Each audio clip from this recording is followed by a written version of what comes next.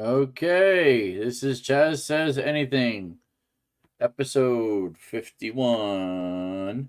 51. This is the title of the show, Football Frenzy in the Dog Days of August.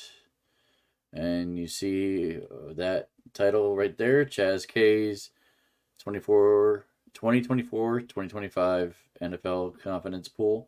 8 days to go. So look at that. If you are a football fan and if you're interested in getting in some fun, I've been talking about it for at least a month. Got a good amount of people. Could use more to maybe have more in prizes. We'll get into that at some point. I have the Yankee game on. Not looking good right now. Garrett Cole just gave up 2 home runs back to back. It's now 3-0 Washington. It's early. We haven't hit much. We'll see if we can get Corbin out. Corbin he's a stud on their team. So Corbin will probably be in for at least 6. So we gotta beat Washington in the 7th, 8th, and 9th inning. And Cole just got another strikeout. He's gonna have about 8 or 9 strikeouts. That's not the issue. Giving up 3 runs, that's the issue. All right, so let's get to it. I see one person already on. If you like what you hear and like what you see, I always mix that up. I'm going to have to change that. Click the subscribe button in the bottom right-hand corner. So let's start. It was a crazy weekend, and I'm sure a lot of people recognize that. So I'll go to this real quick. And to show that this weekend, I watched a lot of the Little League World Series. Now let's recap a little bit. The World Series ended its second weekend with dramatic games in all of its last 4 games. I'm not going to go over the 4 games. It's really 3, because the third place game I'm not going to go over. So saw this game, Florida versus Texas. This was insane. These 3 kids on the right, and the one back here, like this, they're all studs, but they were very proponent in winning both games that they won. These 2 black kids right here. One was a pitcher, one was a first baseman. This guy was mainly center field, and we were calling him Troy Polamalu, and he's apparently got a following of people, with this kid's hair. And this kid's a stud pitcher too, number 18, and he can hit. Now, there's another one. I think it's him, who's the catcher, who won the home run derby. Now that boy can rake. Like he hit 20 home runs in 27 swings in his final match with the other kid from, I think it was Texas. I could be Nevada. I'm not sure. So why does it say Texas? I thought they played Southwest. They played Texas. Okay. Well, it said they went back and forth with Texas, and they beat him 10-7. I mean, that was a back and forth game, no doubt in my mind. Okay, so let's get out of that one. Let's go to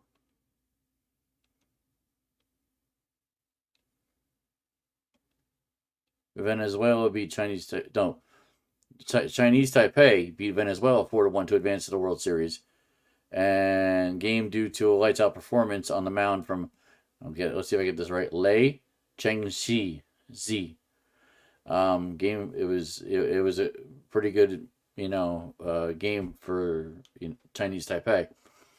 Okay. This was game 37.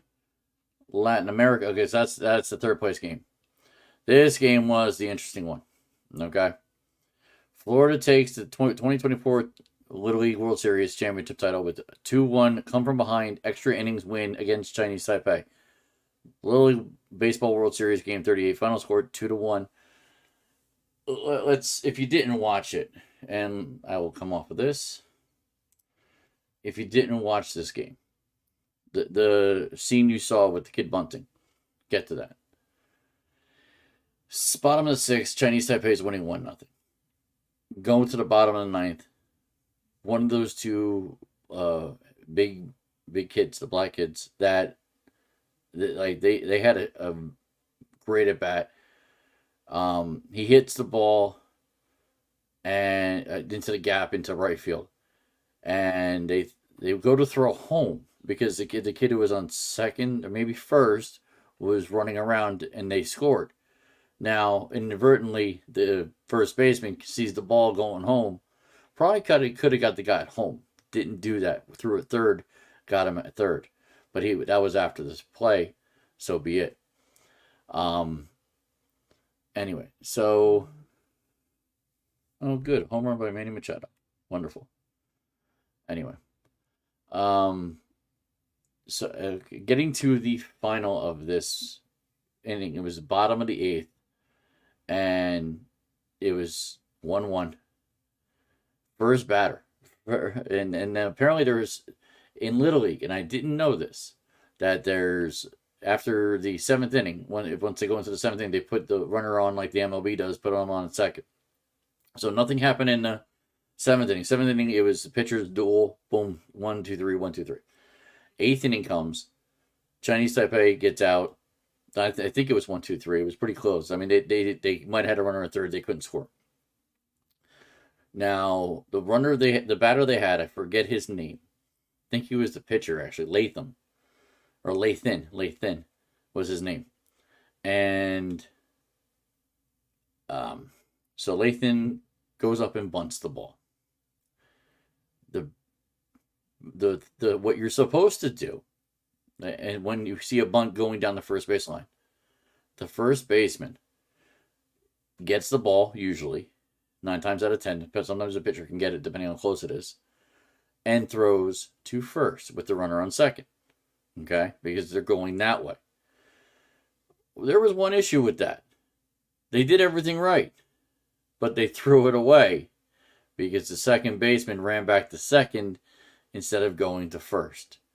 He made a mental error, and obviously these 12-year-olds, they make mental errors. It's, I mean, the kid is probably still thinking about it right now.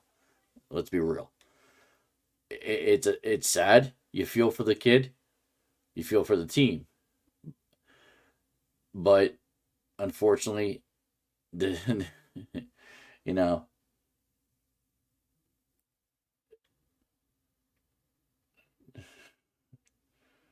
anyway. So, um, anyway, I got distracted. Sorry. Someone just joined Pool Host apparently.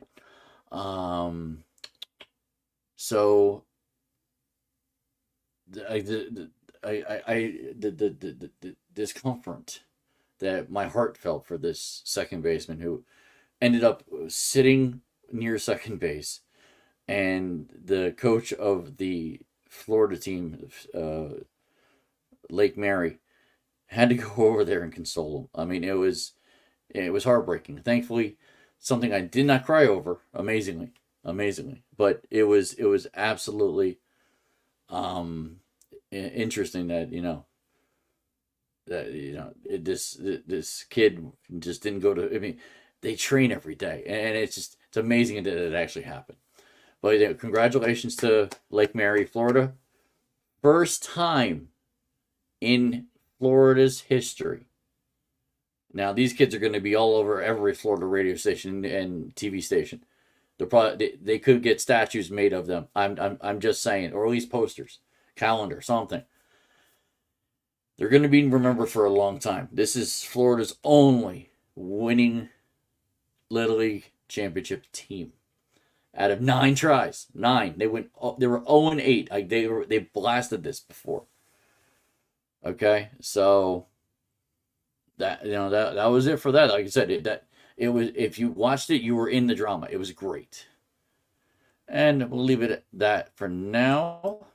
I want to talk a little bit about baseball since it is the dog days of August. Okay.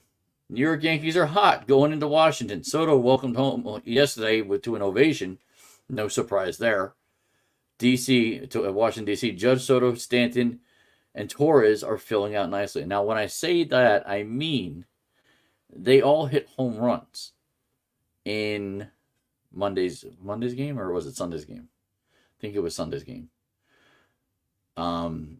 This one, Soto got 50 and 51. Rephrase. Judge got 50 and 51. Soto's got like 36 or 37. Stanton's got 22. And Torres is in the teens, almost 20s. Like this is what we've been waiting for as Yankee fans.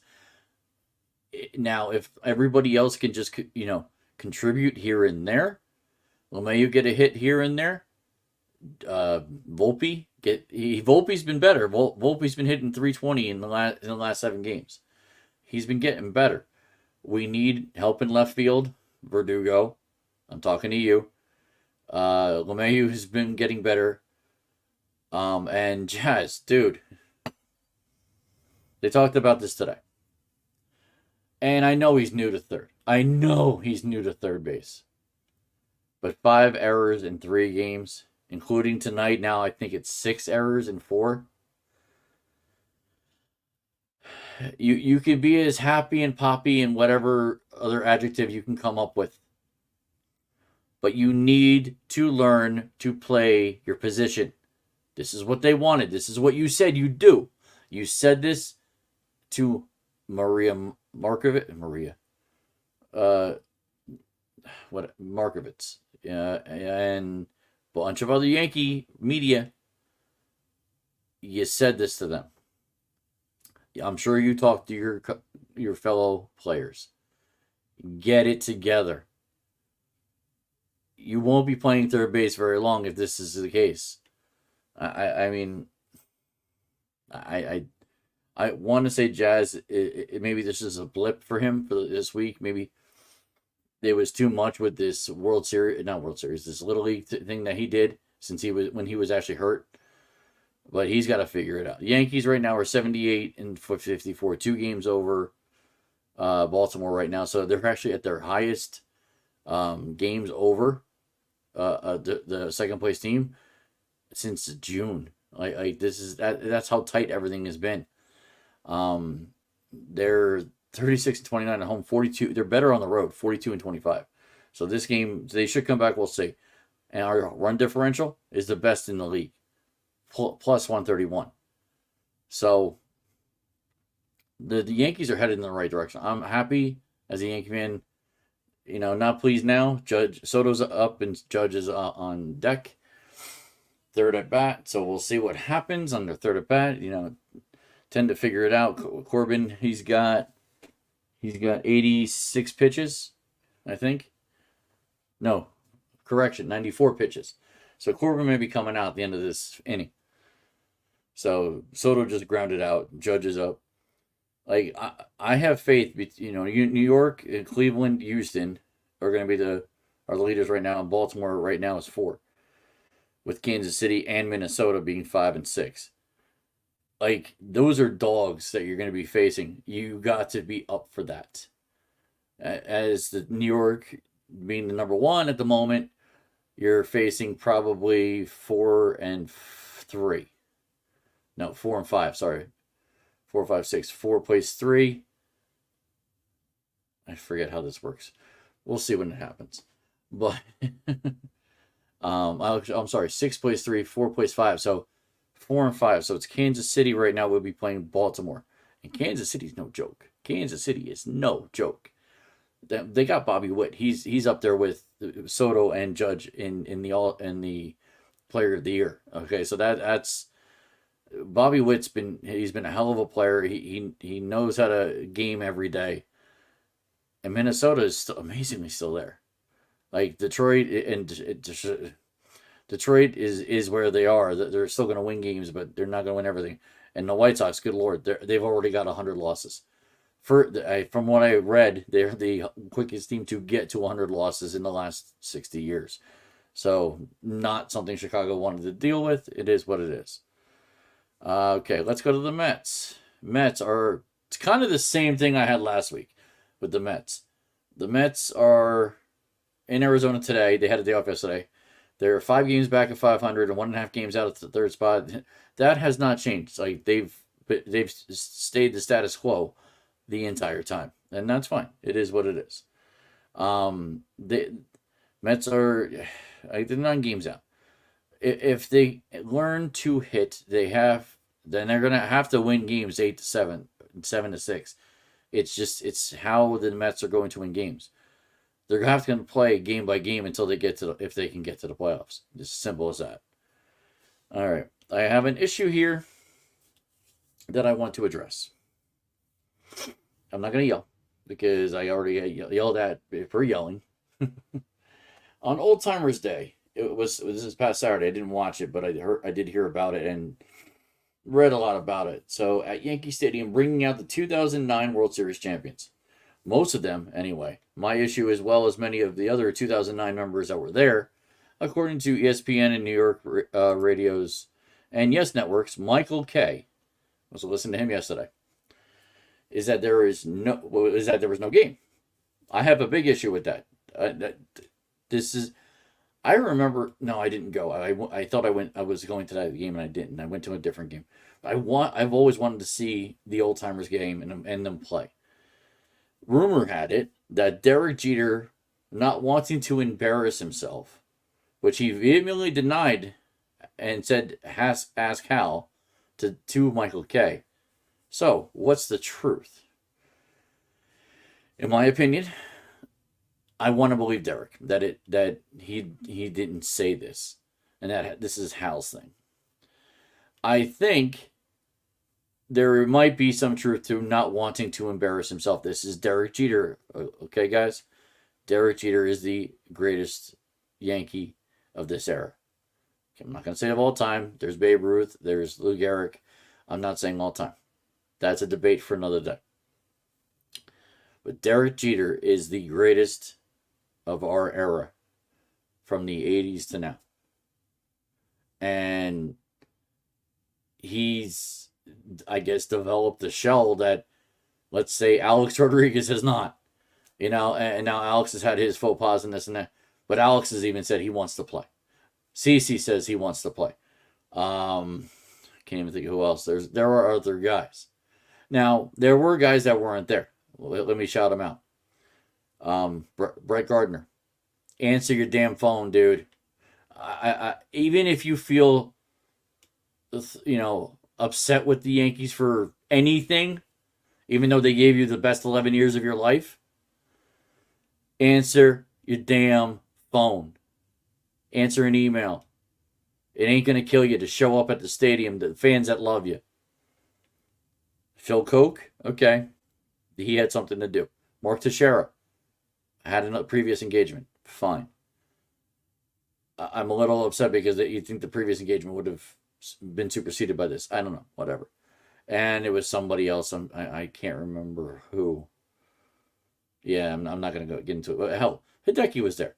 Andy was there. I mean, there was a bunch of people there. It could have been a game. Like, seeing CeCe pitch would have been amazing. I don't know. This has to be addressed down the road. And Michael Kay is right.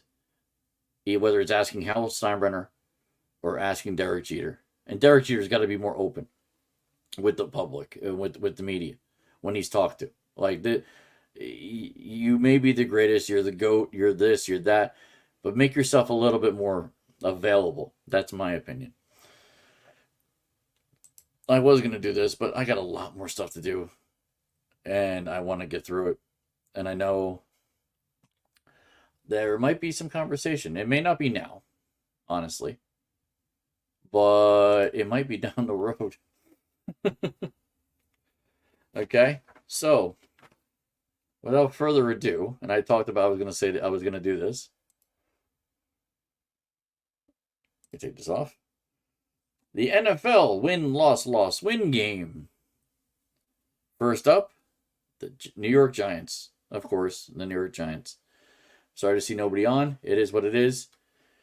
This is what I think the Giants are going to do. I'll put it up and then I'll go over it real quick. I say the Giants this year will go 10-7. Last year, people killed me for what I said last year. I said that they go 14-3. I was obviously dead wrong. I'm hoping I'm not dead wrong here. It looks like they took Cole out. Now Tim Mays is in for the Yankees. So here is what I'm going to say our wins are. We win game 1 against Minnesota. We lose the next 2 away to Washington, to Cleveland. Formidable, I think, especially Cleveland. We could beat Washington. New quarterback, we could beat Washington.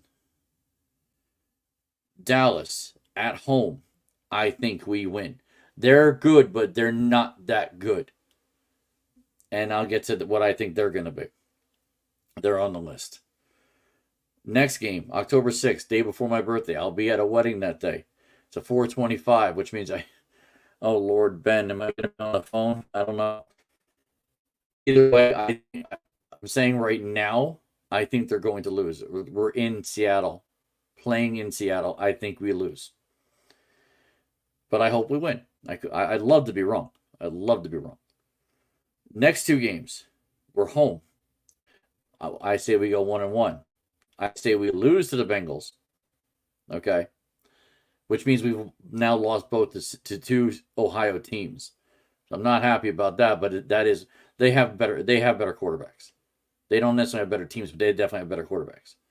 I do say we beat the Eagles week 7, October 20th in our house. It's going to be a close game, and it would be a close game in my opinion. Have to be for us to win. Okay. I feel we can win the next game.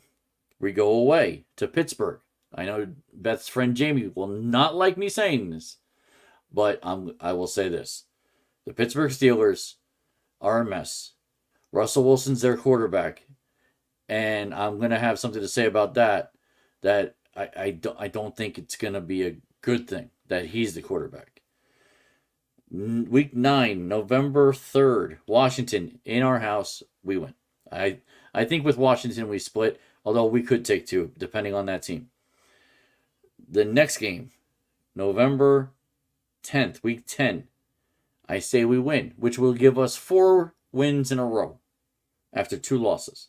So, not too bad. And we're playing Carolina, in Carolina. I think we can beat Carolina. They're still not that good. It'll probably be closer because that quarterback's getting better every day. Week 11, bye. Week 12, before Thanksgiving, the Sunday before Thanksgiving, we're home to the Tampa Bay Buccaneers. I think we can beat the Tampa Bay Buccaneers. They're not a strong team. There's going to be stronger teams in the South. They are not a strong team. So that's 5 wins in a row. Going into Thanksgiving at Dallas.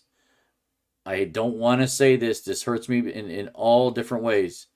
And we've won in Dallas before. I think we lose to Dallas. Okay? Next, coming back home, 10 days rest, 8 days rest. No, 9 days rest. 9 days rest. December 8th, the Saints at our house. I think we win. Saints have a better quarter. You know what? I don't think they have a better quarterback, but they have a good team. So do we. We have a pretty decent team. And that's what I think people are forgetting. We have a good to great team, especially defense. We have a great team. I'll put it out there. We should be top 5. Our defense should be top 5. LeBruno, I want you to tell me they're not top 5. And tell me why. Because I think with everybody that's on that team now, even the cornerbacks who've gotten better, tell me why that defense is not top 5 compared to a bunch of others. I even think we're the best defense in our division. We're better than Philly. We're better than Dallas, even though they got Micah. And the Commanders, they're always in it, but we're better than them. We're top 5. I'm telling you. I'll put my ego on that. How's that? Okay. Last couple games. Baltimore coming to our house. Baltimore is probably top 1 or 2 teams in the league right now. We lose that game. Oh my God, they keep kicking our butt. It's 4-0 now. Okay. 3 more games, 2 away. Start today. You're not on. I'm surprised. I say we go to Atlanta, we beat Atlanta. Your team's not that strong, and who knows what's going to happen going down the road. I'm going, we beat Atlanta in Atlanta. We come home December 28th. So that was the 22nd. That's 3 days before Christmas. 28th or 29th. It can be determined. So the last 2 games apparently can be determined. So We don't know times yet, or anything like that. So the 28th or 29th, which is week 17, we're home for the Colts. I think we can beat the Colts. The Colts are not the best team in the where are they? AFC South? Yeah, AFC South. Like Houston, that's the best team. So that thank God we're not playing Houston. In Cleveland we play, Bengals we play. And then our last game, as usual, we played the Eagles. I think whatever the time is, we're losing that game. Okay, so 10-7, Giants. Here's the sheet. 10-7. Next, New York Jets. This might throw a few people off. And I'm gonna base this on the fact that Aaron Rodgers is their quarterback from week 1 to week 18. Ready? We ready for this? Jets 14-3. I'll do this quick. I'm not going to even explain. Niners, I feel they're losing the first game. They're losing to the Niners in New Orleans. I mean, in San Francisco. I think they can win in Tennessee. I think they can win against the Patriots at home. Broncos at home. They win. Vikings on the road. Vikings could be the number 1 pick this year. Just saying. Could be the number 1 pick. They beat the Vikings. They beat the Bills at home in MetLife. At the Steelers, week 7, they beat the Steelers. Week 8, at the Patriots, they beat the Patriots. Week 9, the Texans. I think they lose to the Texans. This will put them back a little bit if they don't keep winning, like I say they do. Week 10, at Cardinals. I'll get to some of the football stuff. Cardinals, I think they're not good either. I think they beat the Cardinals week 10. Week 11, Colts, they beat them easily. Week 12, they have a bye. Week 13, Seahawks come to them. I think they beat the Seahawks coming to them. Because I'll tell you right now, wherever the Seahawks are coming from, most likely Seattle, that's have to fly across. I know that's not usually a thing, but to fly across, have to play this good of a team, I think they lose. I think Jets win, Seahawks lose. At Dolphins, I think the Jets they're going to be that strong. They're beating their conference. Like, they're just destroying their conference. I have a funny feeling. Week 15, at Jaguars, I feel they win. At week 16, Rams come to MetLife. I think they win. So they were on that big of a streak. I think it's like 8, 9, 10 game winning streak. I think their only loss in those last 5 games is at the Bills. I think somehow, some way, Josh Allen wins that game in Orchard Park. And that's, like I said, that's a Sunday. They're saying Sunday the 29th. So obviously that game's set. Sunday the 29th, 1 p.m. So that's set already on CBS, Paramount Plus, and Q1043. And then the Dolphins in MetLife, I have them winning. So 14-3, the Jets. That will make Mary Jones very, very, very happy. Mary, I hope that happens for you. And then we will get to my lovely wife's team. What do you think I picked for the Philadelphia Eagles? Since nobody's on, I saw one person pop up and they're gone again. Here's the Eagles. Win-loss 13-4. So if I said the Giants are 10-7, they win the division. I got the Eagles winning their first 5 games. In Brazil against Green Bay. Can't tell if people are home or away. I think they're home for the next 3. Atlanta, New Orleans, and Tampa Bay, I think they're all home for. And I have them winning. They go on a bye week 5. You know what? They might be away. Whatever. It's hard to tell. Like, the black and light, it's very hard to tell. I got them winning against Atlanta, winning against the Saints, winning against the Buccaneers, and beating the Browns. Philly's a strong team. They can do that. Again, I have them losing to us week 7, October 20th. They're going to hit a blip. These teams do that. It just happens. Kansas City's done that. the last couple of years. And guess what? They went to the Super Bowl and won 2. So it can happen for a good team like this. I hope Beth understands this. Obviously, she thinks I'm talking out of my what, and I don't think I am. I feel like I'm actually doing this, and I took my time on this. I really did. Here's the funny thing. I got them losing 2 in a row. I got them losing back-to-back week 7, week 8. So lost to the Giants, lost to the Bengals, both on the road, it looks like. That will start the chatter. Okay, I guarantee you that starts the chatter in Philly about replacing Sirianni. It shouldn't, but it probably will. Because let's be honest, he's probably one of 5 on the hot seat besides the Jets and Giants coach, and maybe even Dallas. So everybody in the local area minus Washington is on the hot seat. Now November 3rd, week 9, they come back and they beat. Oh, there's a fucking car behind me. Oops, I said something bad. Anyway, week 9 is the Jaguars in Jacksonville. It's an 8:20 game, so it's a Sunday night game. Honestly, I think they can beat them there.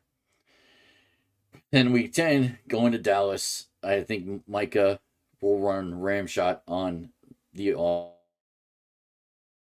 offense of the Eagles in Dallas. I'm just saying.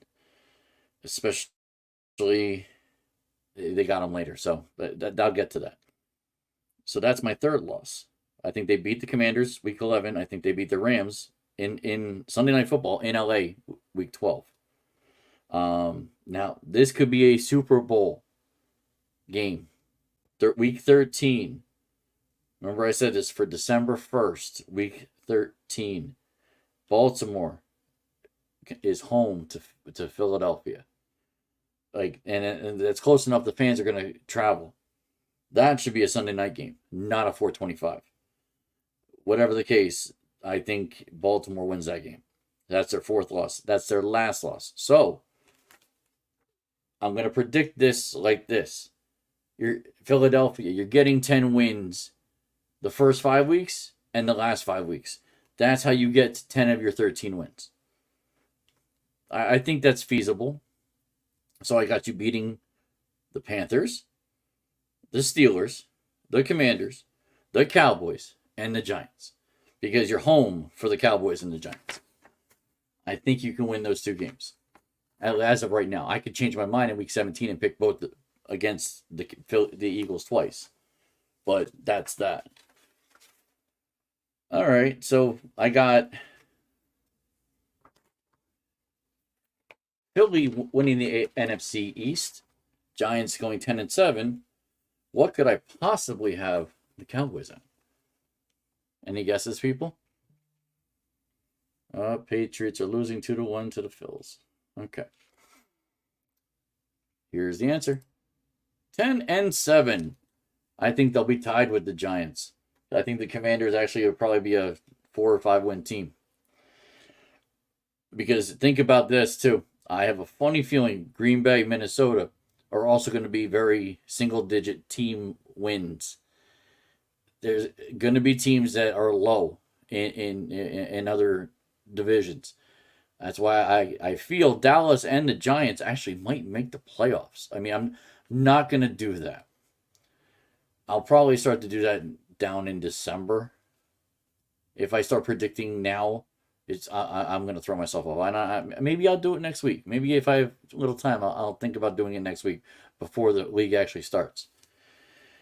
So I got the Cowboys losing their first game, week 1.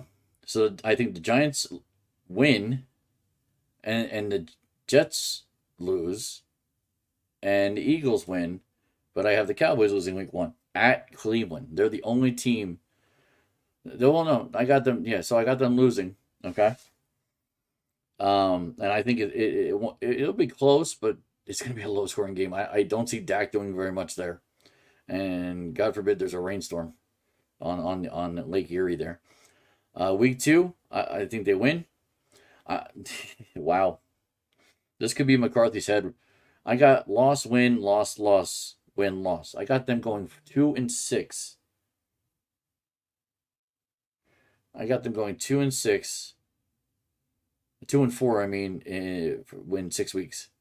So I got them winning against New Orleans at home, and that's week 2, and then at Pittsburgh, week 5, Sunday night. I think they can easily beat Pittsburgh. Their losses: home to Detroit, at the Giants Thursday night, Baltimore week 3, and at Cleveland week 1. That's a tough schedule for the Cowboys. Cowboys got to think about this. 2-4, and I think they're gonna go 10-7. So that means they're gonna go 8-4 the last, 10 games. So Dallas, you might thank me. At San Francisco after the bye, which they should win. I think San Francisco is the number 1 seed. In my opinion, I think San Francisco is number 1. They're just gonna have a tough time. Ricardo, stop texting me. Anyway. So they lose to Atlanta, and I think they lose week 11 to Houston. Anthony Moore, I know you're going to like that. Houston, I think, wins the AFC South. I'm almost positive on that. But now I got them beating Atlanta, Philly on week 10, Washington week 12, Giants week 13, the Thanksgiving game. Win Cincinnati. I think that they could beat Joe Burrow. I think Joe Burrow doesn't like getting hit. That's the problem. And Micah Parsons will make it an exception to Joe Burrow. At Carolina, they win. At home to Tampa, they win. I think their only other loss is Philadelphia on the 29th. Philly's going to come out strong. They're going to want to come out strong in the end. They're going to win. Washington's going to have nothing to play for. Washington will lose to Dallas week 18. Now, I would have done it on its own sheet, but because, and I'll show you, it's black. I can't even write on it. Dallas, if you can do it better next time where people can actually write on it, it would be nice. I had to actually write it out. I mean, that took a while. That took longer than I wanted to. But that's who I'm picking for those, okay? So that takes care of that. 38 minutes, not too bad. So someone, let me actually take this down. Let me take the ticker down. Someone named Brian Ferguson on Saturday night posted the oddest post on the Pat McAfee Show page on Facebook. Quote, Daniel Jones is winning MVP this year. Dude, what are you thinking? Like, I'm a proponent for Daniel Jones. People just go nuts on me when I do that. But they know me and they know why I am.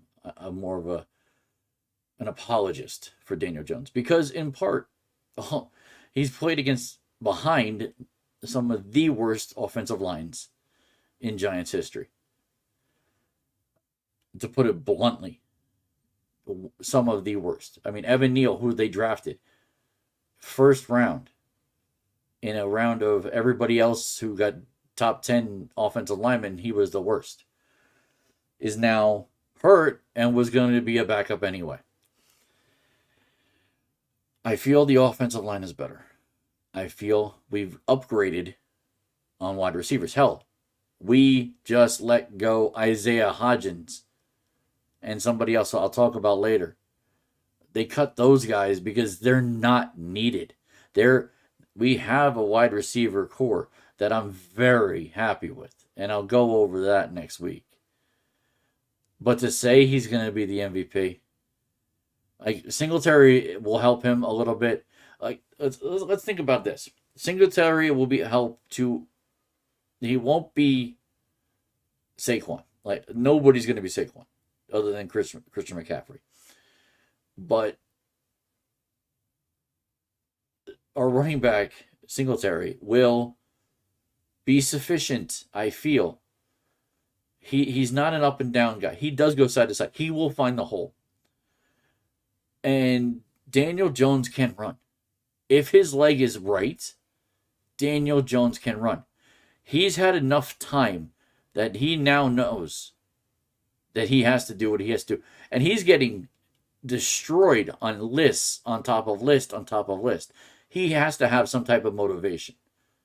As I'll tell you right now, if I'm that far down on the list and I'm one of the top 32, but I'm being put under rookies, don't you think that motivates me?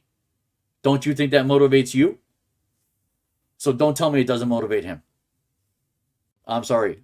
I don't want to get upset about this, but he should be getting upset, not me. Daniel Jones is not the worst quarterback in the league.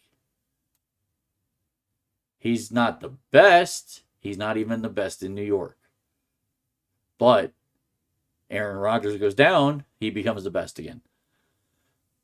Just saying, Jets fans. And I know I don't wish that upon him. I don't. God help us. I would love to see a storyline with, the Jets going far, like to the Super Bowl. Like that would be very interesting. Or Jets going to Kansas City to try to beat Pat Mahomes. That would be very interesting. I mean, the storyline after story. I mean, there's always stories, but you want the right stories, and I think the Jets being up there would be a great story. So, to Brian Ferguson, if you ever watch this, I hope you took that post down because you got destroyed on that. Like, and maybe you were joking, but dude, put a smiley face. Say JK. Just say something that doesn't make it look like you're a fool. Okay, let's be real on that. I have one more. Oh yes, I do have one more. Football, one more. NFL quarterback tiers by the Athletics, David DeChant. Now this is a little more legit, and I printed this out because I wanted to talk about it. So he has 4 tiers. Yes, 4 tiers. First tier, a tier 1 quarterback can carry his team each week. The team wins because of him. He expertly handles pure passing situations. He has no real holes in his game. How many of the 32 quarterbacks do you think that are in that tier 1? The answer is 3, according to Athletic. And I would say 4.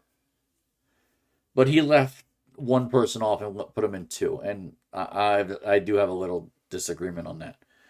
The people he has is Patrick Mahomes. Okay. Joe Burrow. Okay. Josh Allen.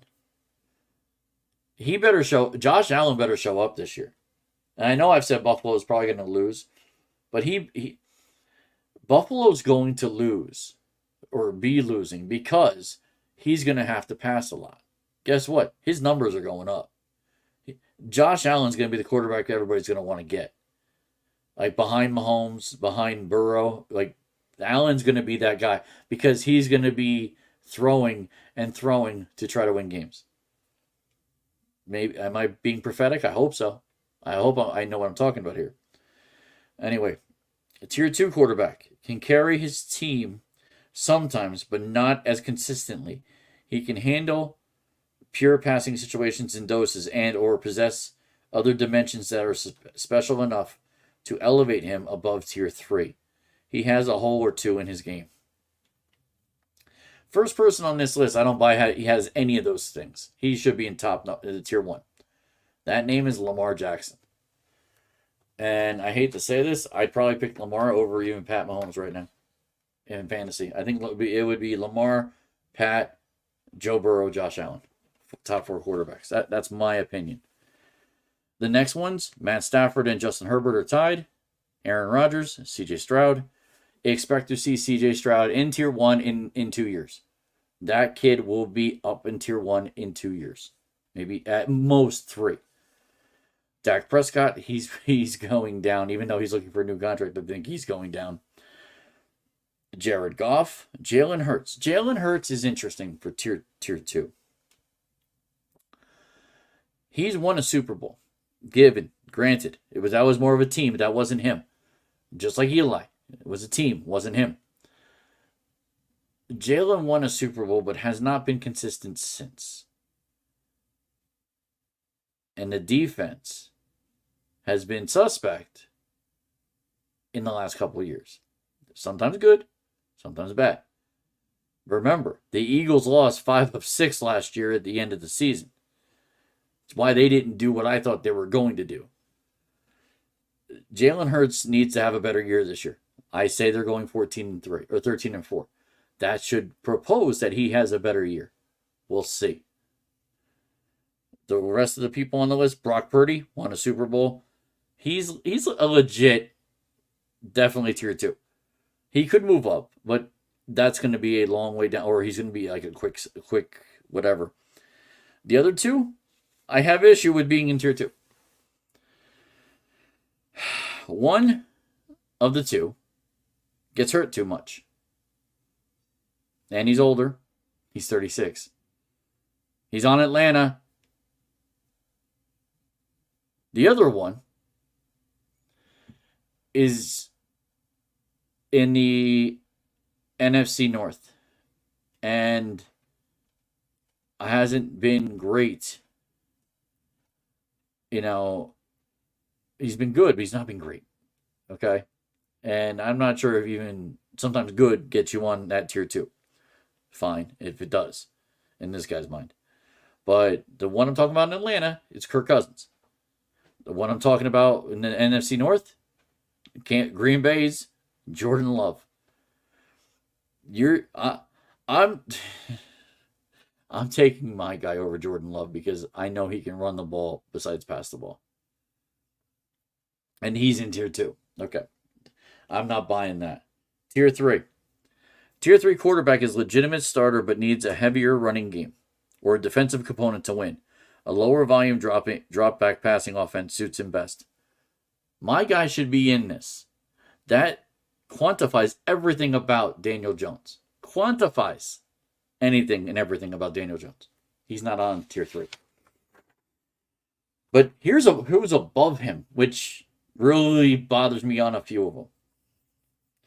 Tua Tagovailoa. I screwed up the name. Fine. Tua belongs above him. That's fine. Trevor Lawrence. He has a ceiling above. Fine. Kyler Murray. Arizona hasn't done anything with him. I'm sorry. Has done nothing with him. I didn't see other quarterbacks. That's interesting. Okay. So I don't think Kyler Murray is above Daniel Jones. Baker Mayfield. He's not. He was a great college quarterback. Better college quarterback than Daniel Jones. He's not a better NFL quarterback. No. That really makes me laugh. We got a tie here in tier 3. Derek Carr and Geno Smith. Geno Smith might be because he has catapulted himself last year. He definitely did do enough last year to probably put himself over Daniel Jones. Derek Carr has the potential, but gets hurt way too much.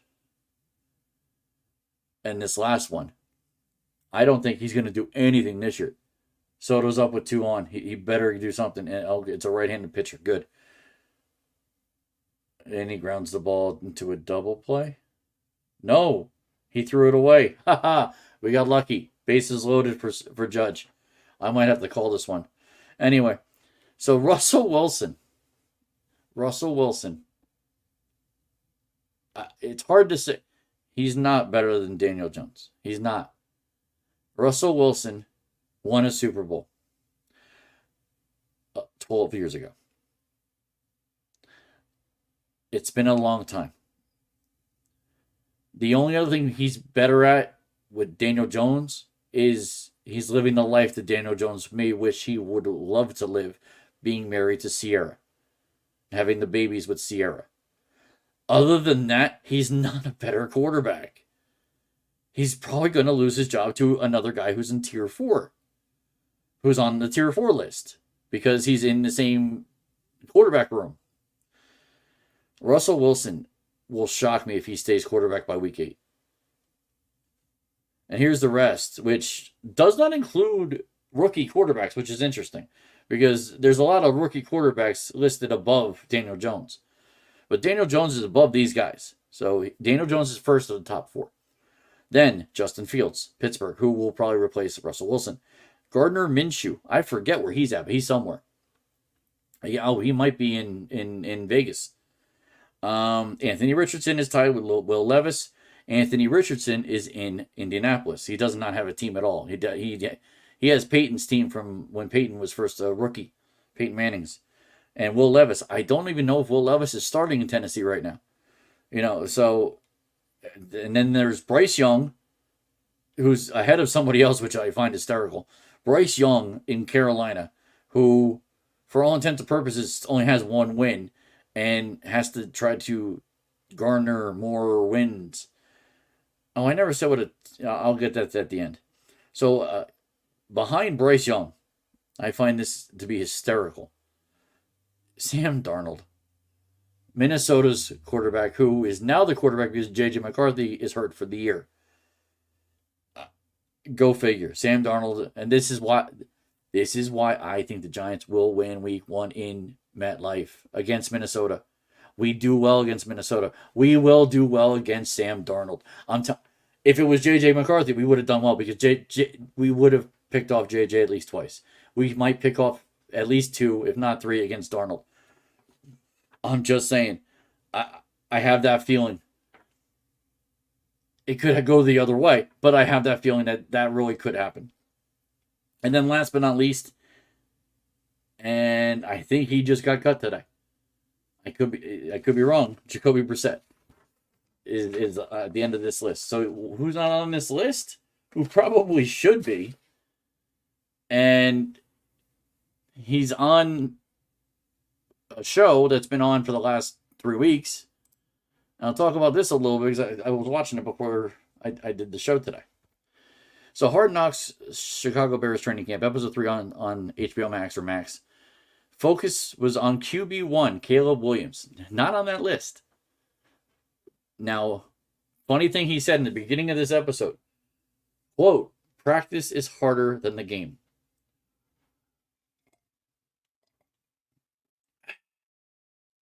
Thank you, Captain Obvious. Practice is harder than the game. Okay.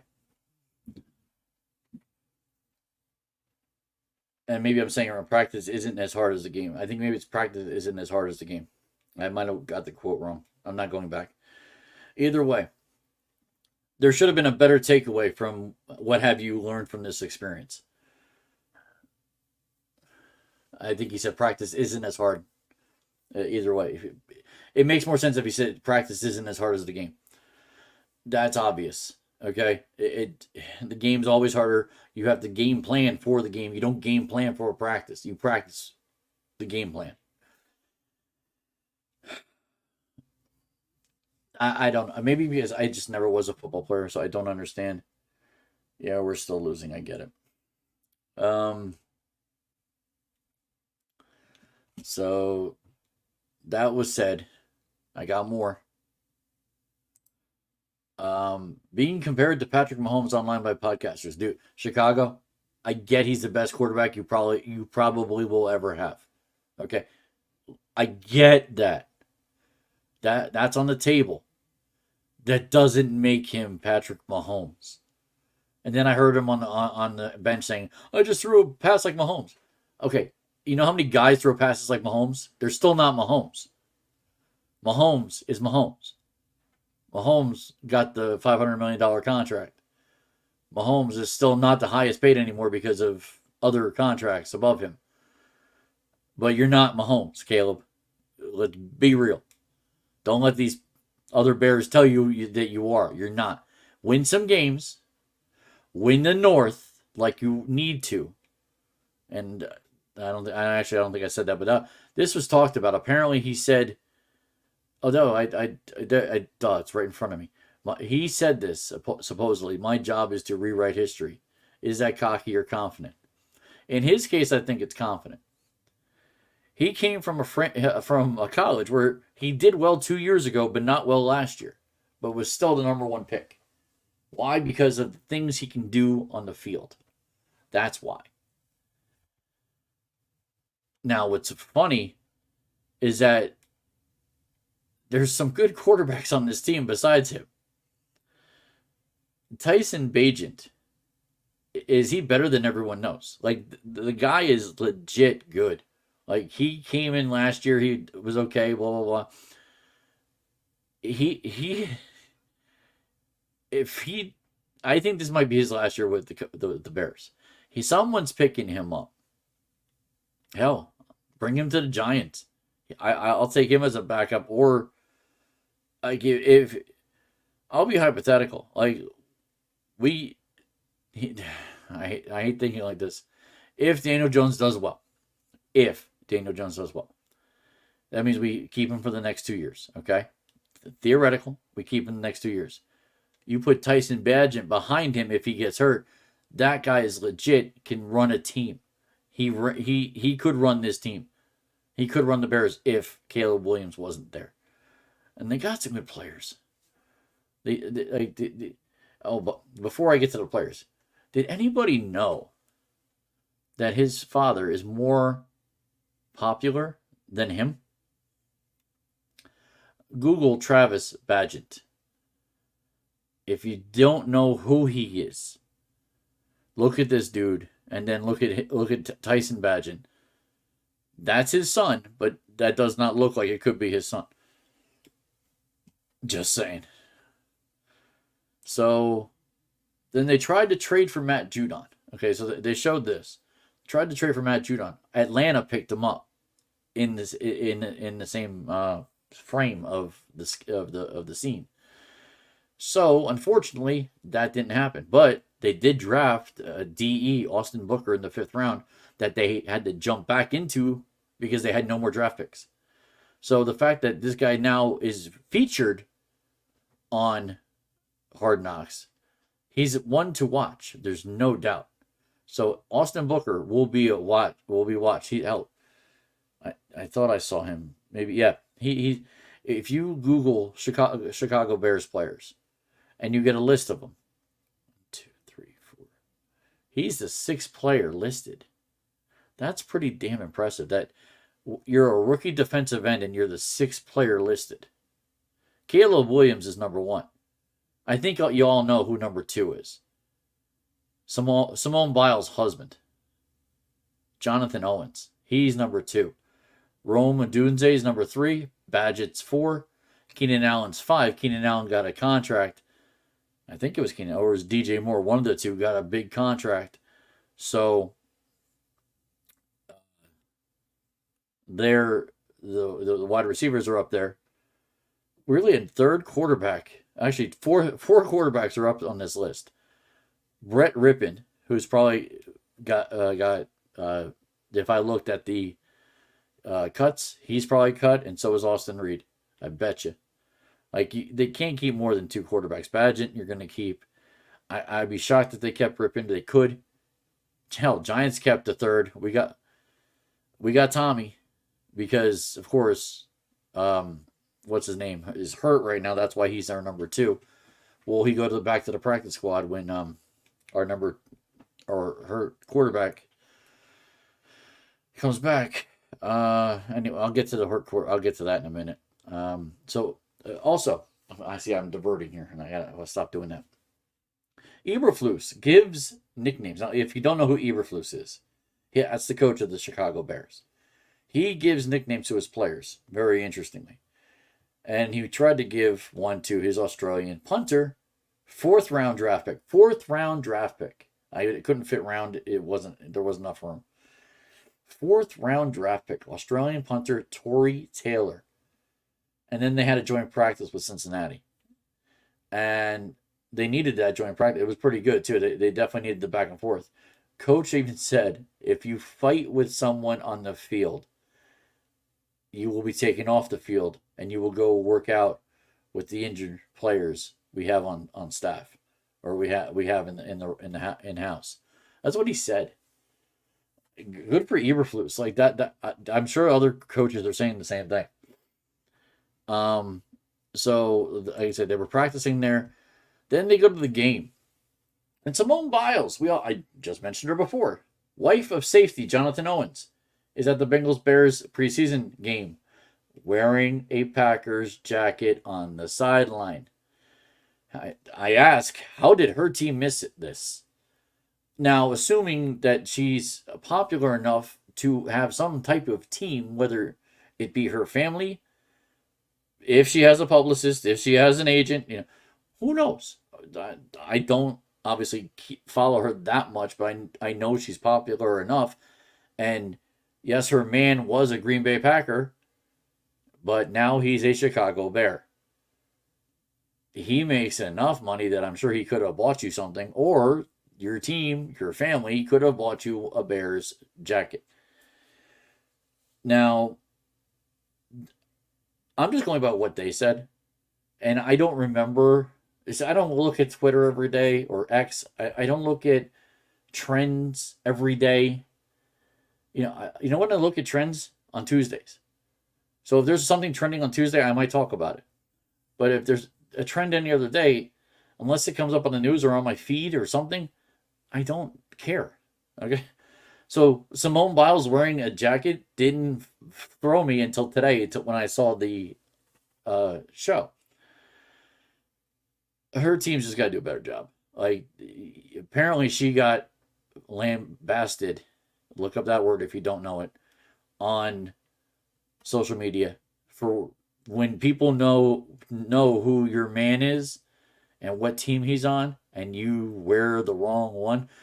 And her husband even kind of mentioned it, and I think where everything went awry is she got in a picture with Sarah Spain. If you don't know who Sarah Spain is, look her up. She's big into sports, and she was talking with Sarah Spain.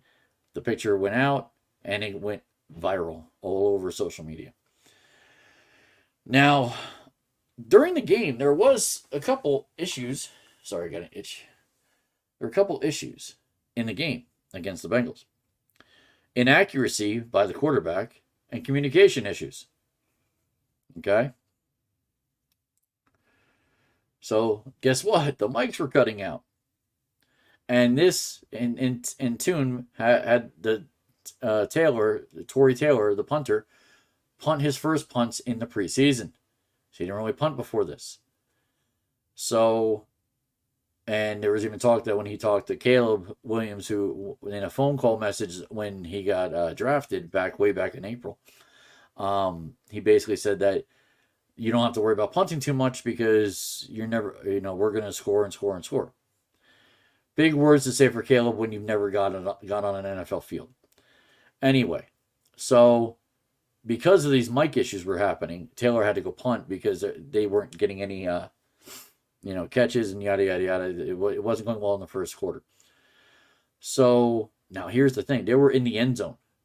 His first punt was 70 yards. He got it to the 30 of the other side.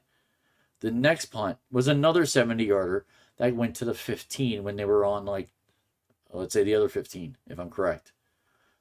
This kid, Tory Taylor, we need to keep an eye on this kid. He's gonna be the punter of the future. A leg like that, we're gonna start looking at other countries, not in this country. Heck, Giants. I just saw we have a kicker from Ireland that we're able to put on our practice squad and won't count because he's international. So these kickers are coming from other countries. Very interesting. Now, this kid, I said he didn't play rugby. He didn't really do it. He always wanted to be in the NFL. He heard about it. He wanted to go that route. So that some of these kids, even in Australia, do hear about the NFL. It's getting bigger as the years go on. So people are hearing, people are listening, people are paying attention, people are playing. So to see this is going to be interesting to pay attention. This is where I'm glad Max is playing these Hard Knocks shows. It points out a lot of good things between the Giants, the Dolphins, the Bears, and whoever else that has been on. Jets 2 years ago. Even though the Jets, what happened with the Jets? Aaron Rodgers was all over it and then goes down in 4 plays. So it's good and bad, but it definitely shows the people. Now, one more thing, and then I'm going to go over a couple things with this. So 8 plays, 90 yards for Williams, and Badgett. I tell you, Badgett, he's going to be interesting. He might, because of his family and especially his father. I can see this kid with a show down the road, similar to Kelsey, whether it's a talk show or something like that. He's got wavy hair. He's. I don't think he's a sexiest man alive type, but we don't know. They won the game 27-3. Like, this Bears team is good. Or this Bengals team, the second team that whoever's behind Burrow is not good. Like, it's hard to see which is which. And that's the problem with preseason. You can't really tell. They went undefeated in preseason. What does that mean for them? Doesn't mean a damn thing.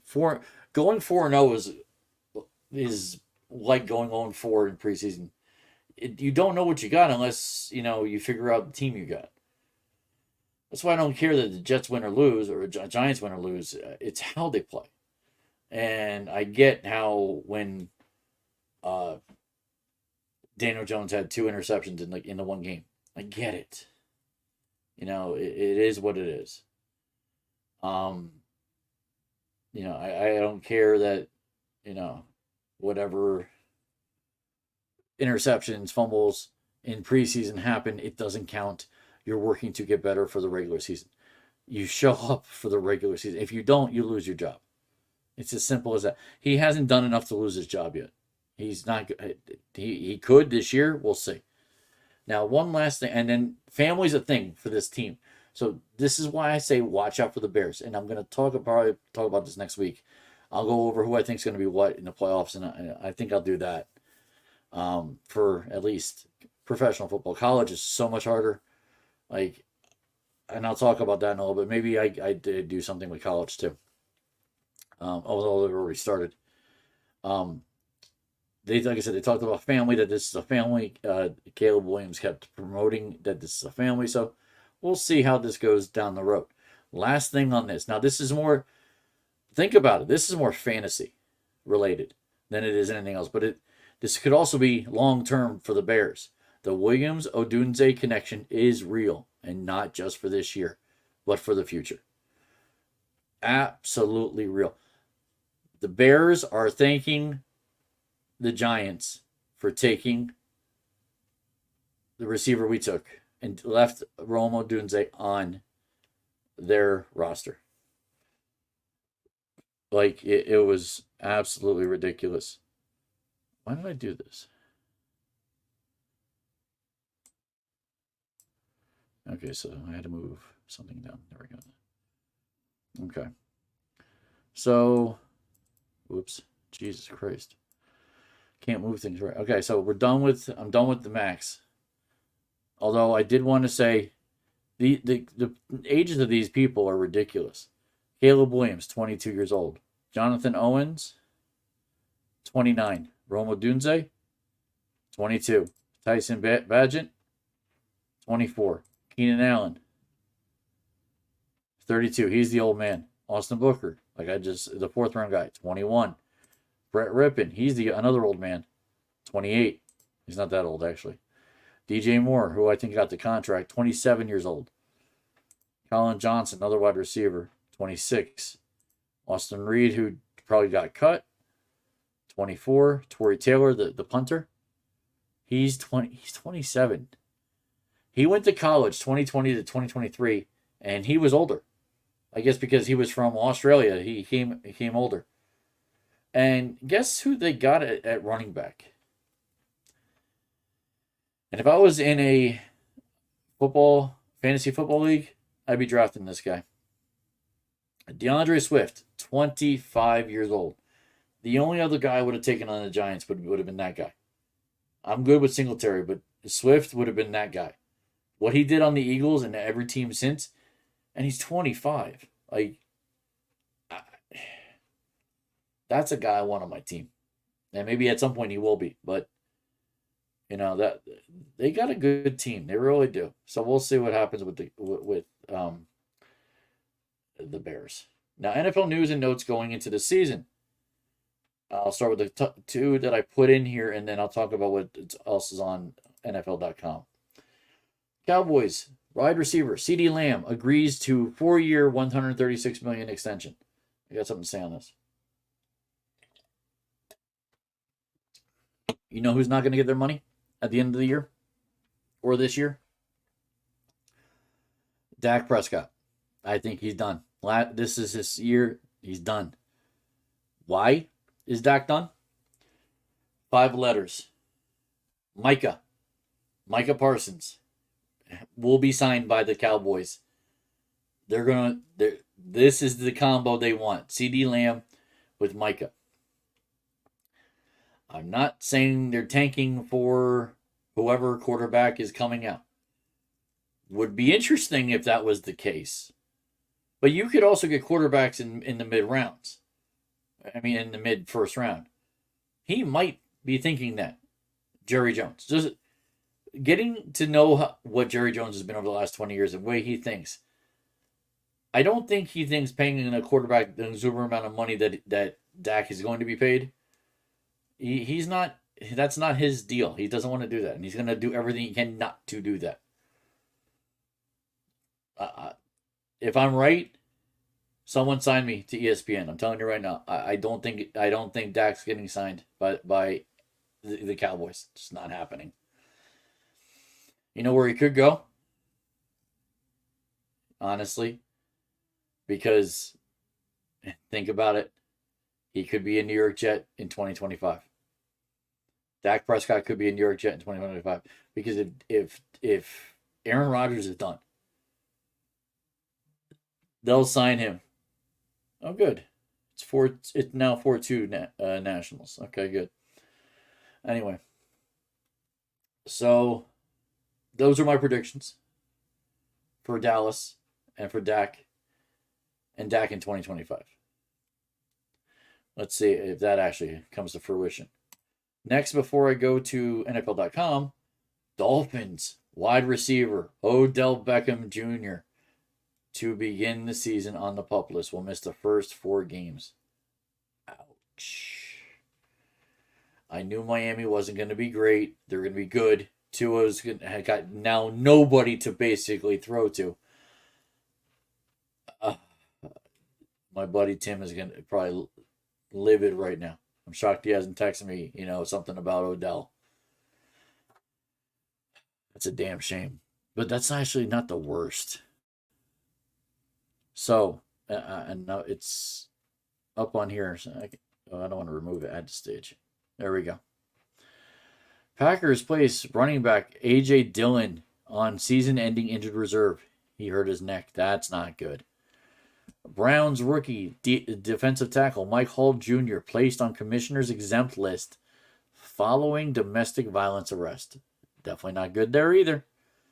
We go to Titans acquiring linebacker Ernest Jones for a 2026 6th-round pick from the Rams in exchange for a 2026 5th-round pick.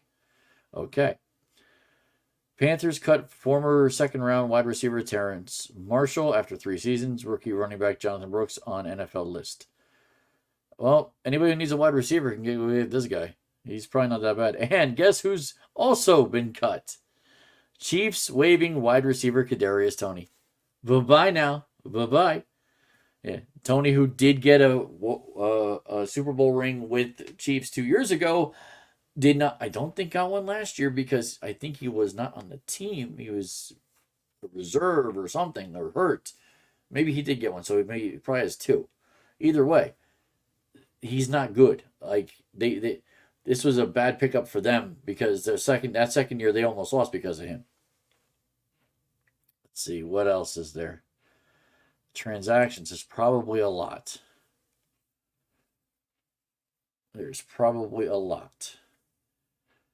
Let's see. Malik Willis traded from the Titans to the Packers. Cameron Thomas traded from the Cardinals to the Chiefs. like I said before, Rams traded Ernest Jones to the Titans.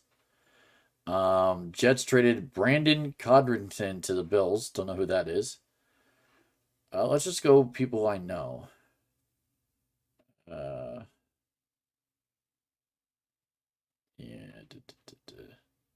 Here's the one I was talking about before. Patriots trade to the Falcons Matthew Judon on August 15th. Okay, and there's no Giants. Was there any Atlanta? No Giants, no Jets, no Atlanta. Jets was the Brandon Codrington to the Bills. Let's do signings. Let's see.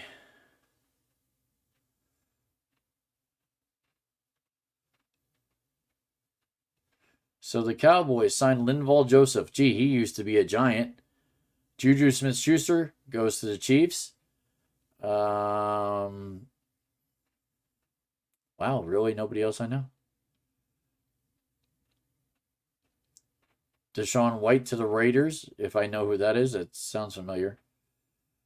All right, that was all this week. Let's go to waivers. This is probably a long list. Yeah, looks like it. Let's see, anybody we might know who got let go. You know what? Let's go to the team. Can I do team? It's not gonna let me do team.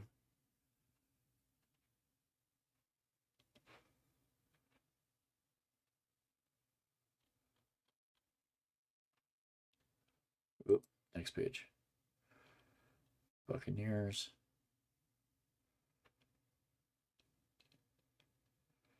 Wow, Buccaneers just got rid of a lot of people.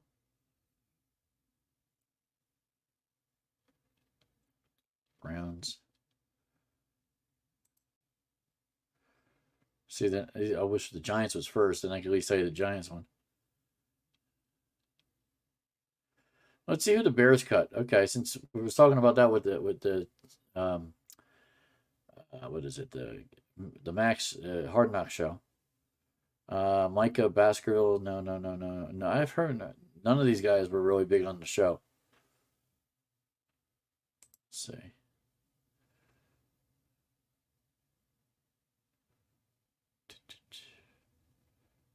Austin Reed. He sounds familiar. From the Bears. All right. You know what? Let's see. Let's go back here. Terminations.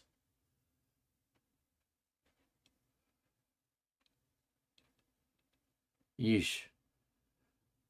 Okay, never mind. This is going to be too hard to figure out. Let me go to teams. Let's see what the Giants did. That'll be interesting, right?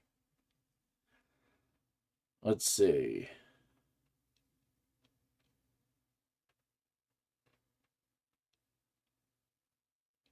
That's our regular season schedule. Right? Yep. First three games versus the Vikings.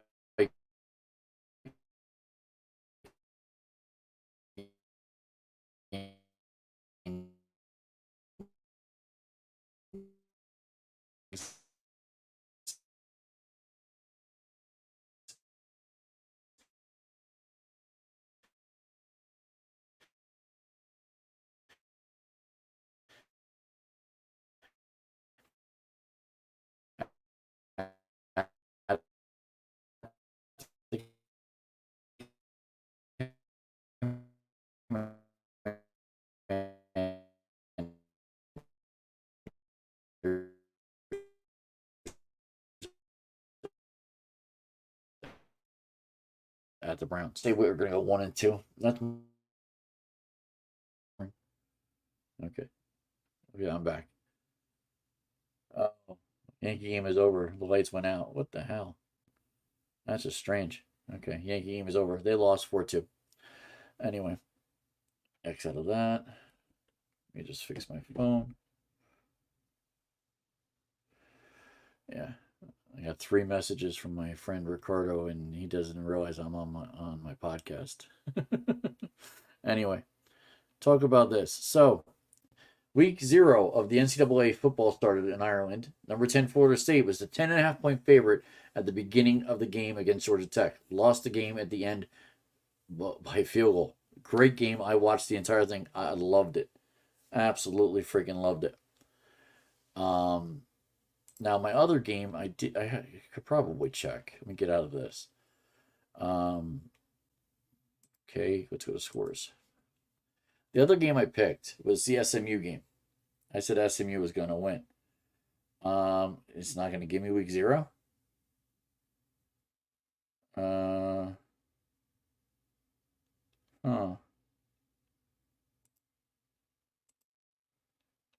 not giving me week 0. For some reason, it is not giving me week 0. Okay. Well, SMU played. Let me see if I get standings. See if SMU won. That's it. I picked SMU to win. All conferences. So somebody's gonna have.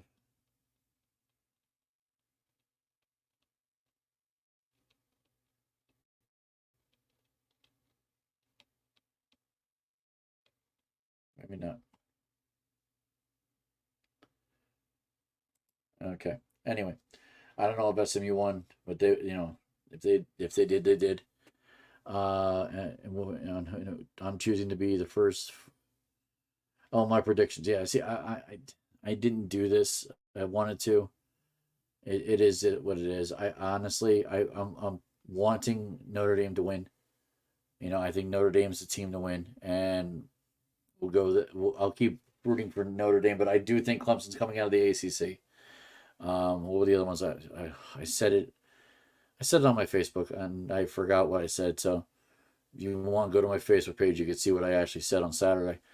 Is that's where I said it. So I'm not remembering what I said here. Now in this era, Notre Dame is still an independent. The highest seed that they can be is 5. And let's see what's on tap for week 1. Now I did do this. I picked 14 games for next week, week 1. Okay. Here we go. My week 1 college picks. Rutgers over Howard, 38-13. I'll go over this next week, just real quick to see what they did.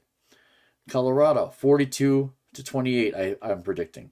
I think Colorado in their first game with Coach Prime, Travis Hunter is their big stud. Sanders' son, I follow him on Instagram. I think I'd remember his name. Sanders will be the quarterback, and we'll see if those 52 transfers that transferred out and the replacements will work, at least for North Dakota State. I think they will. Let me get out of this so I can work better. There we go. UNC, North Carolina, barely beats Minnesota, 27-23. Eastern Washington has Monmouth coming in, Monmouth University. I don't know if Monmouth will travel well. We'll see. I think they lose 31-14. Now on Friday on 8:30, Wisconsin I think beats Western Michigan pretty easily, 38-24. TCU I think takes care of Stanford, 48-28. Now on Saturday is the beginning of the big games of week 1. I think Penn State goes to West Virginia and wins 31-24.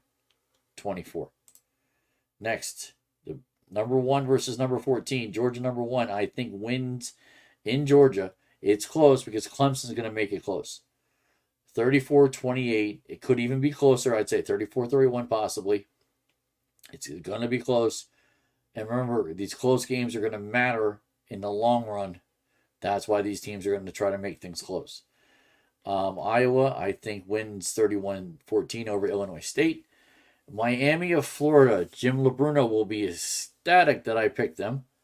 Maybe, maybe not. Miami of Florida beating Florida 27-21. Ohio State beating Akron, destroying Akron, as Ohio State usually does. Although it's also, so does Michigan. 56-7. And I really didn't pick Michigan in this one, and because Michigan's playing a nobody, so I'm not getting an easy win for a nobody team. Northwestern beating Miami of Ohio 28-20. Boise State, watch out for Boise State. This is a sleeper team that if they go undefeated, that you might see them in the top 12. Boise State 32 over Georgia Southern 13. And last but not least, and I think this is going to be a big offensive game, Notre Dame over Texas A&M 45 to 38. Those are my 14 picks. Let's see how I do. All right. An hour and a half almost. Let's get this rocking and rolling. Bash in Berlin is this weekend, 8:31, Saturday, August 31st at 1 p.m. on Peacock. Big matches. More just added. The World Heavyweight Champion Gunther goes head-to-head with Randy Orton. Damian Priest and Rhea Ripley versus Dominic Mysterio and Liv Morgan in a mixed tag match. We got, the big one. How did I forget this?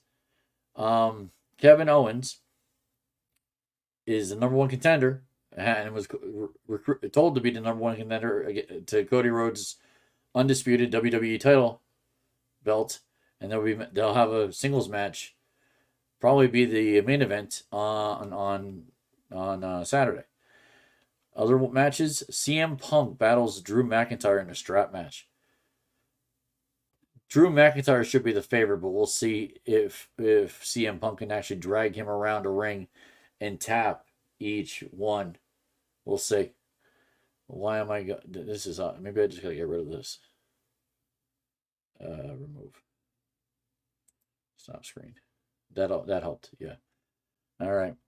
What other matches? We got the Unholy Union go to war. I guess that's their name, the Unholy Union, with Bianca Belair and Jade Cargill. Like the women that call themselves Unholy War is Alba Fire and someone else. I forget her name. Let's see if I can go to it. It should give me their names. Alba Fire and Isla Dawn. I think they lose their match. I truly do. They're Jade Cargill and Bianca Belair never really lost that match and never really lost their titles. I think it goes back to them. I thought there were more. I could be wrong, but maybe there isn't. Let's go to preview.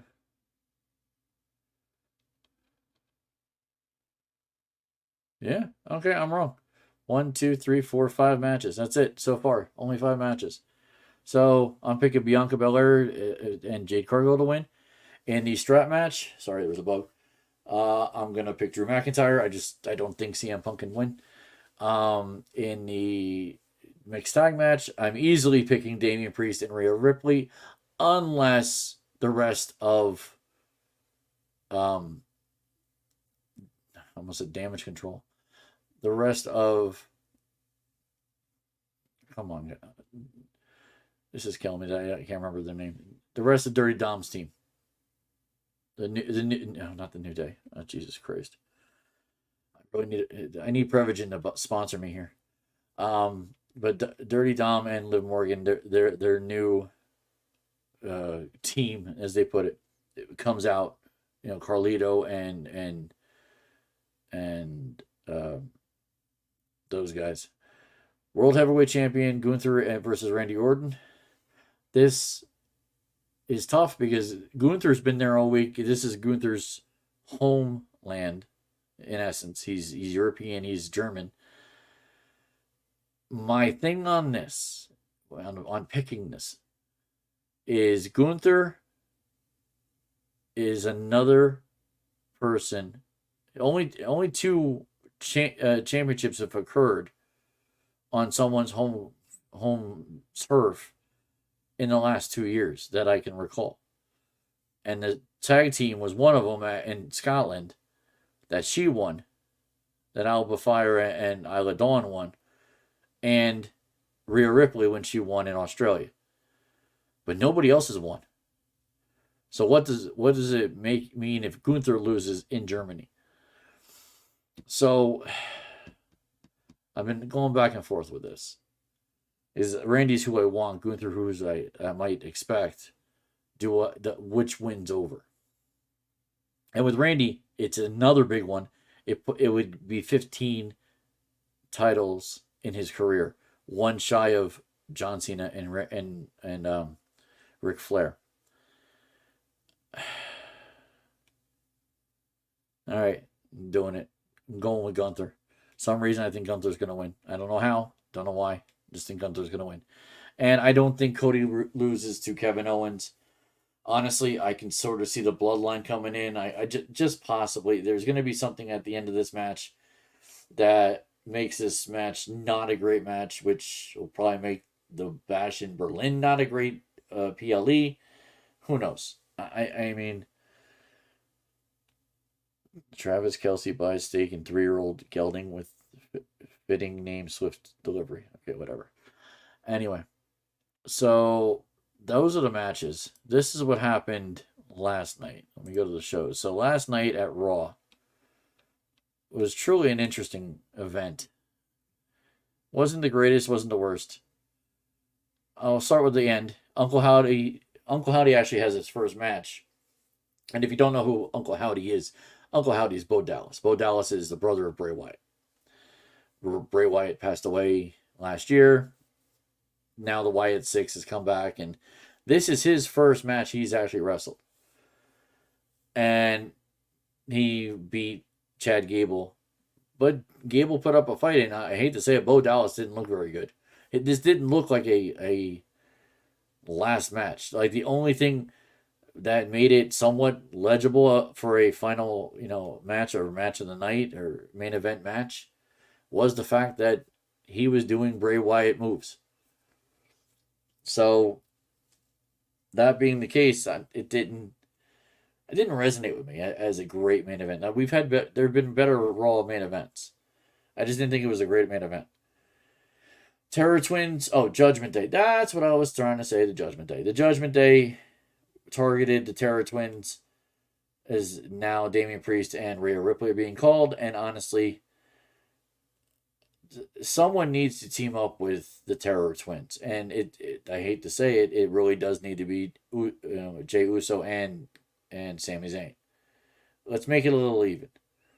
I think you want two baby faces with these other two baby faces, so why not just link them up, come out when it's necessary, not when it has to be. So that happened. CM Punk unleashes vicious attack on Drew McIntyre. But Drew's just that much bigger. I don't see that being a thing. The big thing that happened last night was Big Bronson Reed versus Braun Strowman. Now, if you know Big Bronson Reed, he's a big dude, but Braun Strowman, he's the monster of monsters, as they call him. They kind of made it an Anywhere's Fall match. And now, old WWF, WWE fans like myself will know what an Anywhere Falls match is. And that's what they had, and Beth even called it out right. There were staged cars out in the parking lot, and they were just there to be things that people fall on, and yeah. So Reed's thing that he has is called a tsunami, where he jumps on somebody from the top rope, and he's a big 380-pound dude. Now Braun Strowman's about the same. He's about three. He might be 350 or 400. And Braun Strowman's significantly bigger. He's 6'8". But they go outside. Somehow Bronson Reed gets the upper hand, and tsunamis Strowman on this car. The car actually sparked, and I was just shocked as anything to see that it actually sparked. So, but then now apparently Strowman's hurt, Reed is hurt. They got a cage match would have been better. Keep him in a cage. I don't know. I've not been a fan of Raw of the last 2 weeks. I hate to say it. Other than the Terror Twins and Judgment Day, which tends to be somewhat enjoyable, the rest of it hasn't. Pete Dunne says he deserves a shot at the and Pete Dunne won. So Pete Dunne and Jey Uso won their triple threat matches, which were the triple threat matches were interesting.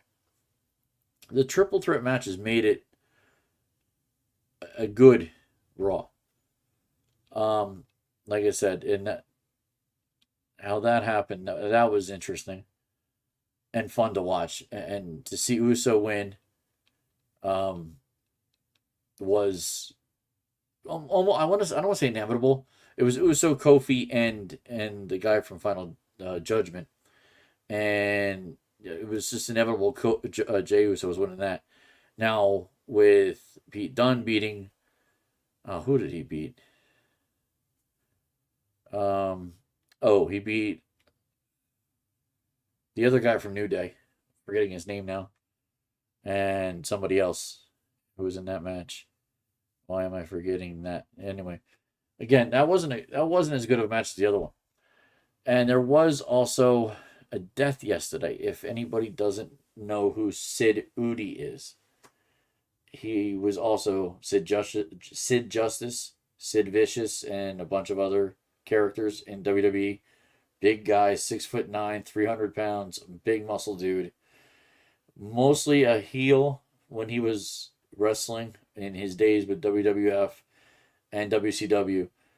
He did come back, I think, to WWE near the end of his career, not his life, but he lived 64 years. But it doesn't say much about what he died of. But he died at 64. That's still young. But he was a massive dude, an absolute massive dude, and he'll be missed by his family, no doubt. All right, not too much left because I'm not talking about the other things. There was one thing I was a little surprised to see. If I'm not taking my man card away on this, but I do know this character and this person, Kelly Monaco leaving General Hospital after 21 years. Kind of threw me. I was a little shocked. So, Sam McCall is on her way out of Port Charles. That's her character, Sam McCall. Actress Kelly Monaco, who has portrayed the character of Samantha McCall on ABC's General Hospital since 2003, is leaving the show, Entertainment Weekly has confirmed. The soap opera network first reported the news on Monday. Reps for the actress did not immediately respond to EW's request for a comment. After nearly 2,300 episodes, Monaco will make her final appearance this fall. The soap network reported that McCall will be killed off the show. That kind of sucks that they're killing her off the show and just not her moving somewhere else, like the Young and the Restless or something. Anyway, over her 21 years on the soap, Monaco has been nominated for Daytime Emmy and her other accolades. She previously had been recognized for her 300 plus episodes on a spin-off of General Hospital that I used to watch back in the day, Port Charles. Outside of her work on GH, General Hospital, Monaco is perhaps best known for winning Dancing with the Stars in its first season in 2005. Look at that. Breaking knowledge right there. I didn't know that. Just as Monaco is departing the long-running daytime TV series, several other actors with a history there have returned. So if you're General Hospital fans, Jonathan Jackson, who first played Lucky Spencer back in 1993, returned for the first time since 2015. Emma Samms, who portrayed Holly Sutton on and off since 1982, including once when she seemed to come back from the dead, is scheduled to be back in September. And actor Rick Hurst, who reprised his role as Rick Lansing, the half-brother of mob boss Sonny Corinthos, just this month. So that's interesting that Rick Hurst is coming back to work with Sonny Corinthos. Or Rick Lansing, I'm sorry, is coming back to work with Sonny Corinthos. Now, Sonny's been there forever. What's his name? I don't know his name. If you know Sonny Corinthos, and he played Nico. That I know. I don't know his name, but he played Nico on All My Children back in the late 80s, early 90s. Go figure that, I know. Go figure. Then just says the show launched. Okay, so congratulations to Kelly Monaco for 21 years. Sorry you have to get killed off. Anyway. All right. So I'm skipping those. And I'm going to this. Chaz K's 2024-2025 NFL Confidence Poll is open. Has been open. There's 9 days to go. Actually, technically now 8.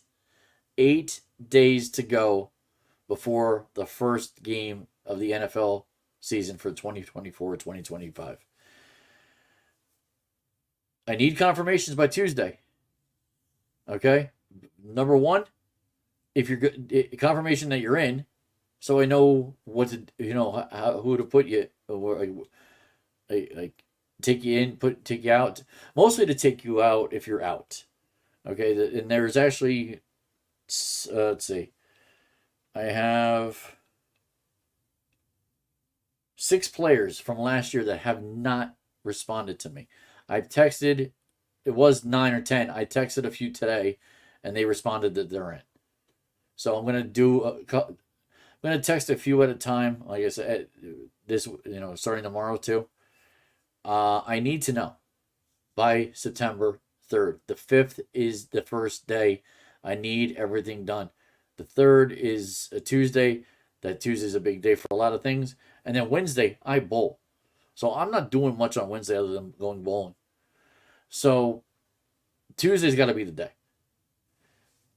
And I'd say starting tomorrow, since people are getting let go, that you can do your picks. I would think that you have enough information in front of you to actually see what picks you need for the first week.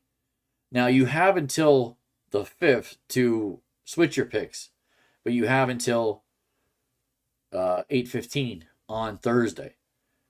Now, I'll be online on Thursday, and I'll see who's in and who's not. And one thing I need to remind everybody here: we are adults. Know your deadlines of something that you're paying for. If your deadline is Thursday, 8:15, that you need this in because you've paid for it, then make sure you do it. You miss a week, you miss a lot. That's a problem. But again, I reiterate, we're adults. So know your deadlines. This is why I write a 6-page fees, winnings, rules list. I do it so there's not one thing that anybody can say, this is wrong or this is wrong. It's there. Know it, love it. If you love this pool, you will love everything about it. There, I said it. So as I said in my manager's message that's on the page, with 8 days to go to start the 2024-2025 NFL season, I gotta do this. Tuesday, the teams cut to 53 players per team between Wednesday and Thursday. All 32 NFL teams should be set and their depth charts solidified. I recommend you finalize your week 1 picks no earlier than 1 week prior to the start of the NFL. So Thursday, August 29th, which is 2 days from now, would be the best day to start to do it. You don't have to do it then, but you start to think about who you're going to pick. Remember, the pool is $10 per week, $180 for the season, $20 for the side pot. So if you want to pay everything, it's $200 and flat. That's it. This is the time to start sending money. This is. There's only a couple people who have paid. People that are in, you got to start thinking. I know Friday's coming, so maybe I'll get a lot of hits on Friday. But start thinking about how much you're gonna pay. If you're gonna pay full, partially, I need to know partial. I have to write it down. I have a list of all the players. All right, full payments are accepted. Partial payments, again, please identify how you will partially pay for proper accounting. That's what I say. Okay. Remember, the side pot needs to be known to me and paid for prior to Thursday, September 5th. No exceptions. No exceptions. Of the 26 players, that's now 29 players. Only 4 players are paid and confirmed for the side pot. Only 4. That needs to go up. And I'm sure it will. It did last year. What? Out of the 37, I think I had 34 or 35. So there's people or a little slow to get to this. I don't know. I need to reiterate, 8 days it goes fast. So if it's 8 days now, it's 2 days when I come back on Tuesday. 2 days to 1 day technically. Let's go. Okay. There's my email. I've had it up this whole time. If you're interested and you want to get in, time to get in. My phone number, my email address is on the PDF. If you need to get a hold of me, that's how you do it. I do check my emails periodically, especially around this time. I do. All right. Like I said, 29 committed. That's awesome. Hopefully, we'll get to 50. We'll see. I mean, that's the hope. That's the prayer. So anybody who watches this after, I know I usually get 20 to 30 people to watch after. If you're interested and you don't have a PDF from me and I haven't emailed you, email me and say you're interested. And I can get you that PDF almost instantly. All right. Birthdays of the week. I'm actually calling it that now. So we'll do this. Birthdays I missed, because I'll start with Saturday and or Sunday if I missed it. Deborah Manzo Falco, it was your birthday. You get 2 commas for some reason. Tysa Hazolt, she was in my pool last year. She's not in it this year, but she is a sister of a woman I used to work with at Cary. Stephen Archer, a friend of mine from my college days, second round of college days, when I went in the late 2000s, 2010, 11, when I went back to Brookdale. It's his birthday. It was his birthday yesterday. Luis Giron, my Guatemalan friend from who I used to work with at Rufino's. It's not Rufino's anymore, it's Olivia's. But Luis, I believe, works in a pizzeria in Long Ranch now. He's 57 years old. Happy birthday. And to my friend from Monmouth Region, a long-time friend, I knew her through when I was dating my girlfriend at the time, Jennifer. Her name, Jen Tom. Now she's married, Jen Soto. Happy birthday. Today's birthdays. Only 2. Now, that first one I took from his Facebook page. I don't think his middle name is Casanova, but I could be wrong. Graham Casanova Alig. I worked with him in National Starch. We became pretty, I don't want to say good friends, but we became friends we did a race. And there's a picture of me and him next to each other. He eventually won the race, but I wasn't even close. But we're pictured in the same picture, which is kind of funny. That was posted on the National Starch page. So we became pretty decent friends, and we're still friends on Facebook. So Graham, happy birthday today. George Noss, we go way back. Like, same person, Jennifer, my ex-girlfriend, actually ex-fiance. George, I knew George from, it might have been, if I remember, my memories are correct, I met George through her mother, and then we ended up bowling on the same team. But that's how I know George. And George, happy birthday to you. Now, tomorrow and beyond, we got more than a few. Jessie Festa. If you don't know her, look her up. She makes different things. She's a small business person that I've met, and she made something for Beth a few years back, and it was maybe one day I'll take a picture. I'll put it up on the page, and I'll show you guys. Jessie Fest, it's her birthday tomorrow. Casey Reynolds, my longtime buddy from who lives now in Delaware. He's 44. He's still younger than me. Wednesday. I guess everything was Wednesday, but anyway. Yeah, this is all Wednesday. Mike Iandoli, bowler. I've bowled in the same league, and he was a director in the Monmouth County USBC with me. Happy birthday, Mike. Ian O'Connor. Ian O'Connor, I don't know. Ian O'Connor, I follow, but I know it's his birthday tomorrow.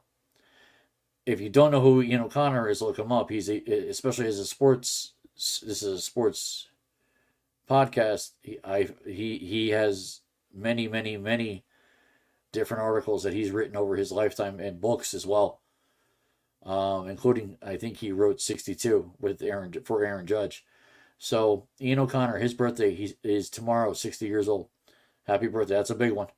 Thursday, happy birthday, Christine Peslak. I only knew her as Christine Peslak, so I've never really said her last name. So Christine, I used to work with at Acme. Happy birthday, Andrew Bone, one of the, I want to say, two sons of Parker Bone III. Parker Bone III is a professional bowler from New Jersey, probably one of the more popular professional bowlers from New Jersey. His son, Andrew Bone, who's in college now, if I'm correct, he's doing very well in college now, bowling and in school. It's his birthday on Thursday. Robin Lundberg. If you don't know Robin Lundberg in sports, look him up. He's a very outside the box thinker when it comes to sports and sports thoughts and sports takes. Robin Lundberg, I haven't agreed with everything with him. Like, there are some things I absolutely have. Like Robin Lundberg, his one big thing is it can't be age because he's only 43. He's 4 years younger than me. But he thinks LeBron James is better than Michael Jordan. And that irks me to no end. So happy birthday, Robin Lundberg. I'm shouting you out for your birthday. Friday. Okay, just so people don't think that's the princess. That is not the princess. I do know a Kate Middleton. She was not Kate Middleton when I knew her. I worked with her at Amazon. She married her wife and now became Kate Middleton. I'm sure it was a thing. Maybe she knew about it. I don't know. Keto, I think it's Keto. Napolitani Jr. He was a director, another director, like Mike. He was a director for the Monmouth County USBC.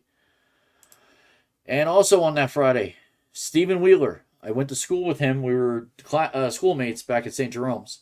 He's 44. Lastly, Saturday. 3 big ones. One, my sister-in-law. My now new sister-in-law. Jennifer, in the middle, her maiden name, Porcelana, Wallace. It's her birthday on Saturday. Also, John Chowning and Wayne Gant. Chowning, I worked with at Acme. Happy birthday. And Wayne Gant, 9 years at UPS when I was there, and I think he might still be a driver there down in Tinton Falls. Debbie Colby can tell me that. I don't even know. I don't have no idea if he's still driving. I got somebody on. It's probably Beth. Hello, Beth. Anyway,